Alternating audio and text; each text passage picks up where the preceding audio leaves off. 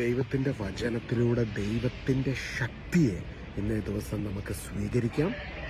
എത്ര വലിയ പ്രതിസന്ധി ഉണ്ടെങ്കിലും, പ്രയാസങ്ങളിലൂടെ, കഷ്ടതകളിലൂടെ ഇന്ന് കടന്നു പോകുന്നെങ്കിലും, സങ്കീർത്തനം 46:1 ഒന്ന് വായിക്കണമേ.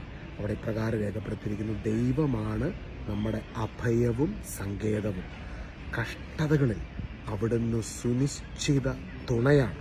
സങ്കീർത്തനം 46:1 ഇംഗ്ലീഷിൽ പറയുന്നത് A very present help in trouble സമയത്ത്, പ്രശ്നങ്ങളുടെ സമയത്ത് നമ്മുടെ ഏറ്റവും അടുത്ത സഹായകൻ, കർത്താവിൻ്റെ സഹായം കടന്നു വരും എന്ന് വിശ്വസിക്കാം, പ്രാർത്ഥിക്കാം.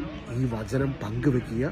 ഈ വചനം വിശ്വസിച്ച് പ്രാർത്ഥിക്കുമ്പോൾ ഒരു കാര്യം കൂടെ ചെയ്യണം. ഇന്ന് ഭാരപ്പെടുത്തുന്ന വിഷയം എന്ത് തന്നെയാണെങ്കിലും അത് ദൈവസന്നിധി ഇറക്കി വെക്കണം.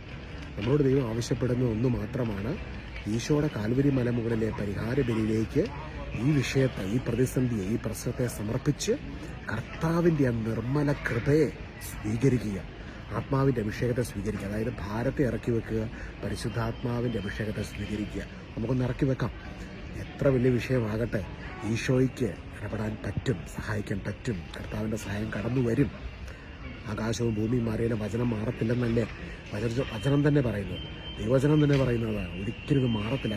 കർത്താവിൻ്റെ സഹായം, സുനിശ്ചിത തുണയായ കർത്താവിൻ്റെ സഹായം നമ്മുടെ ജീവിതത്തിലേക്ക് കടന്നു വരും. ഭയപ്പെടേണ്ട. ഈശോ നമ്മളെ നോക്കി പറയാം, ഭയപ്പെടേണ്ട, ഞാൻ നിന്നോട് കൂടെയുണ്ട്. അപ്പോൾ വിശ്വാസത്തോടെ നമുക്ക് പ്രാർത്ഥിക്കാം, പ്രത്യാശയോടെ മുൻപോട്ട് പോകാം. God bless you.